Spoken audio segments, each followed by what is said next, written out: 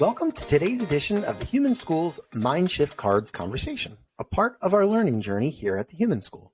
I'm Chad. I'm Rachel. And I'm Randy.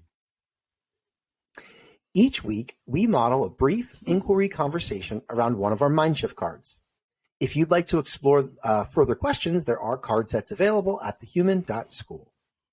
In this episode, the question comes from the Storyteller Compass Point. And the question is, what structures or practices enable us to ignore what happened? And then the inverse of that, what structures or practices encourage us to learn from what happened?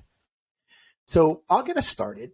And I guess when I think about this question, I think about a practice that probably happens in a lot of places, which is that we don't ask questions when we think we know what the answer is going to be. And in that way, it allows us to avoid the story or the narrative around those elements. So, we have a suspicion that something maybe is not working the way that it was intended to or that we wanted it to. And so we avoid collecting data on it. We avoid asking the question. And so I think there's a structural place where we don't, and maybe this is somewhat tied to our objector compass point, where we just don't ask those questions. But I think that there are structures in place where we kind of say, you know what, I know where this is going and I don't really want to do the work, or I don't know that it's the right time or whatever it is. And so I think that that's probably one way that I think about that. And I'm interested in, what you guys are thinking before I share some other ideas. So I'm thinking about the the need for psychological safety when it comes to those conversations, that in order for us to be willing to learn from what happened, I think we have to feel like it's safe to have those conversations and to be self-reflective. I'm thinking about in terms of teachers, for example, when you are presented with data and it maybe doesn't look like what you want it to, it can be really scary to have conversations about what happened and what we can do. And knowing that data points are incredibly complex and they're one moment in time and all that sort of stuff too. But I think feeling like you have the space to be able to have the reflective conversation without fear of consequence or reprisal, that there is an audience there with you who is interested in being supportive of that work. And I think that that's true of anybody. I don't think it's specific to teachers. I think it's for students. I think it's for administrators. I think it's for a variety of companies.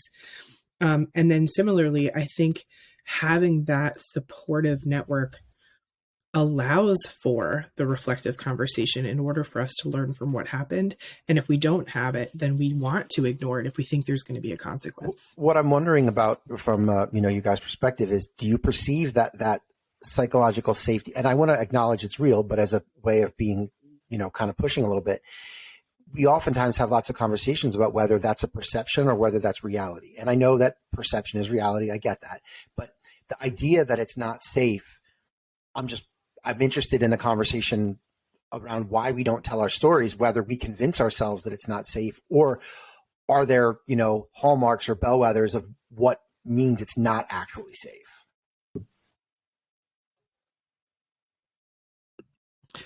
I think that there are hallmarks of things that aren't safe, right?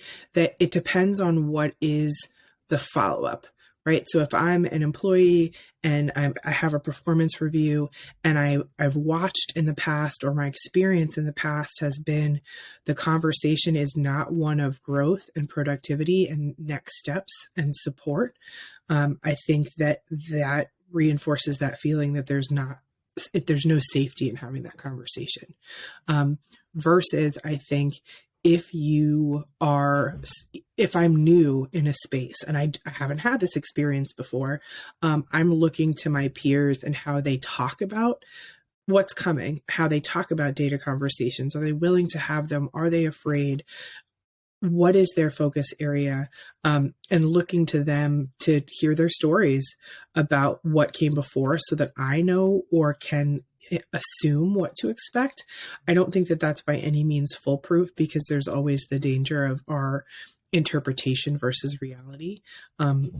Reality in general, I guess, in that situation is subjective, but I think there's a level of experience, whether yours or someone else's, that can color your feeling of whether or not that's going to be a safe conversation. Randy, I think a lot about you talk a lot about power dynamics, and I'm thinking about you in the conversation about who has the power when it comes to telling a story. And I'm just wondering if you're making a connection there or. Yeah, it's funny that you say that. It's an interesting segue. So first of all, I want to say that I love these conversations because I think not only we, but the people who are watching and listening can see so many ways that you can come at these questions. And they're really complex and rich questions. And I think that we're all bringing some very unique and honestly, starting this conversation, I had no idea that we would have these particular three things that we're talking about.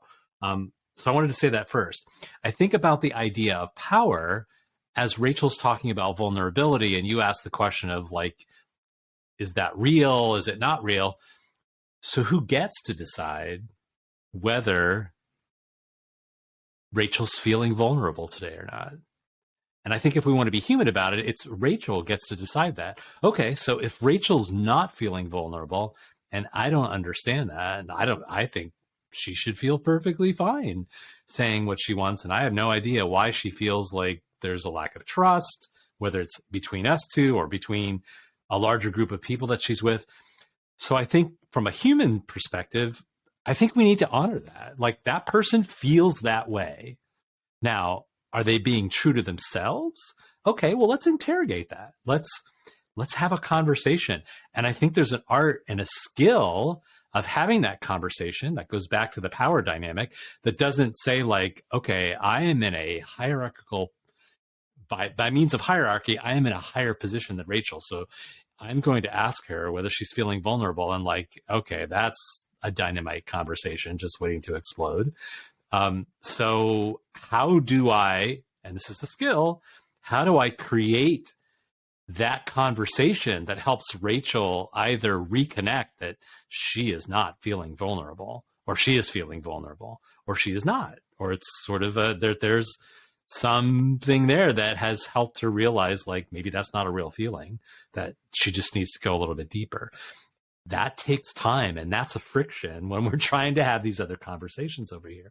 And I think that oftentimes when we want to circumvent and short circuit the need for time, we go into the power mode and say like, well, there's no reason why she should feel that way, so that's just her problem, we'll let her deal with it.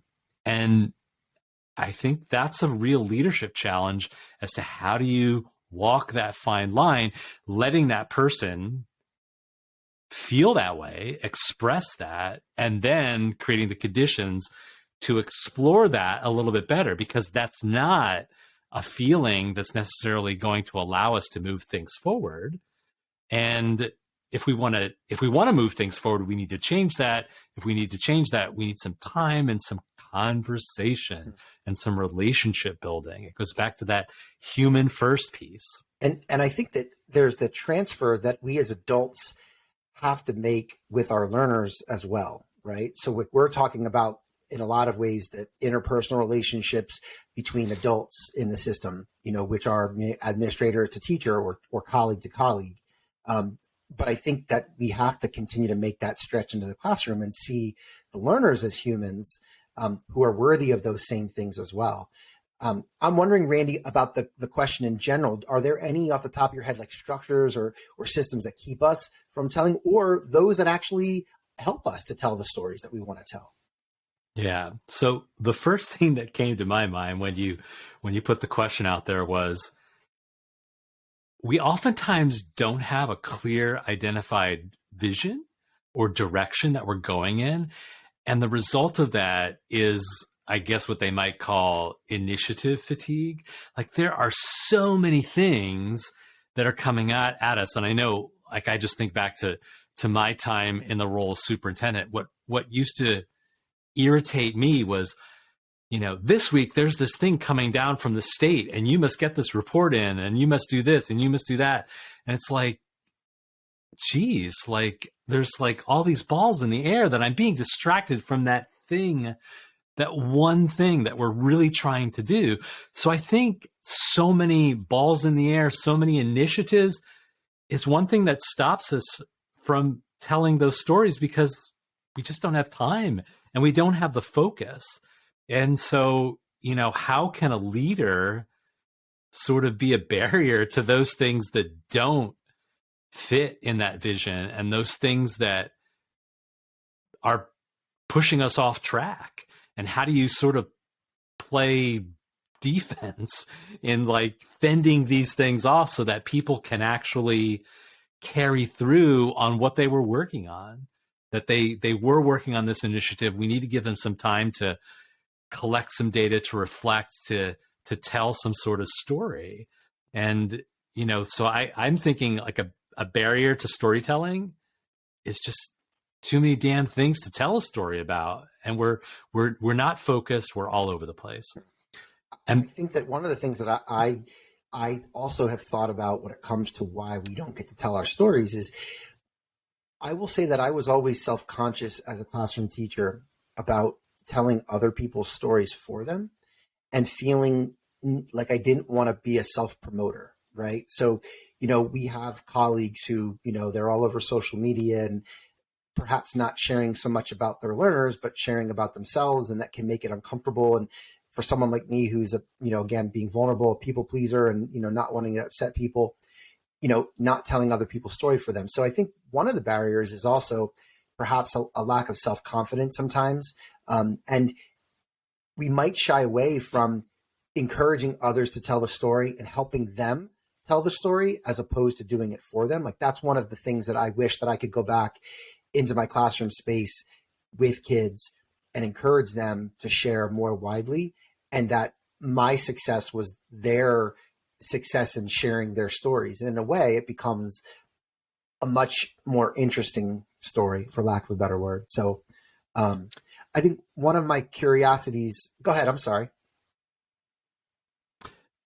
No, I was just going to say in reference to what you said is, how do we create the space for those stories to be told? Because let's remember, the reason to tell the story is not necessarily to stroke our own ego, but if we think about, we're part of a larger collective doing this kind of work of transforming schools, and it's those stories that actually inspire other people to join in the work too. So I would encourage, when we run up against folks who feel like it's an ego-driven thing, help create the conditions for them to help to come back to that that anchor that we're really inspiring other people in this change.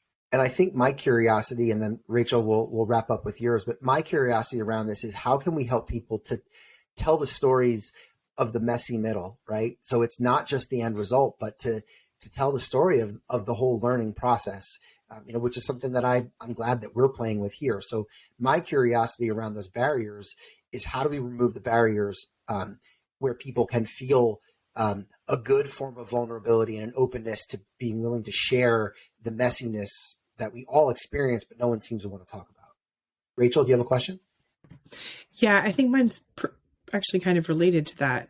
It's how we can depersonalize this work. Not that it isn't personal, but I think part of what is really scary is often we think that telling the messy part reflects on who we are as people. That if we admit that it was messy and flawed, that somehow that makes us less successful or less than. And so I think for me, it's thinking similarly, how do we help to disconnect that assumption that we all make, that being vulnerable and honest about the difficulties and the messiness and the mistakes somehow makes us less human, when in fact is the opposite. Yeah, I love that. That was pretty profound. So again, we talk here that, all good inquiries lead to more curiosities. And we hope that as you begin to shift your thinking, that you'll share your thoughts and ideas and questions with our community at the Human School. And you can do that by joining the conversation on our website, thehuman.school, or within our Facebook group. And we'll leave you with just thanking you so much for learning alongside us in this edition of our Mindshift Cards Conversations. Visit thehuman.school and the Learning in Public Hub for additional resources, and join the conversation in our Facebook community committed to placing humanity at the center of all design. It was so great to talk to you guys tonight. Thank you. Thanks. Yeah. Chat soon.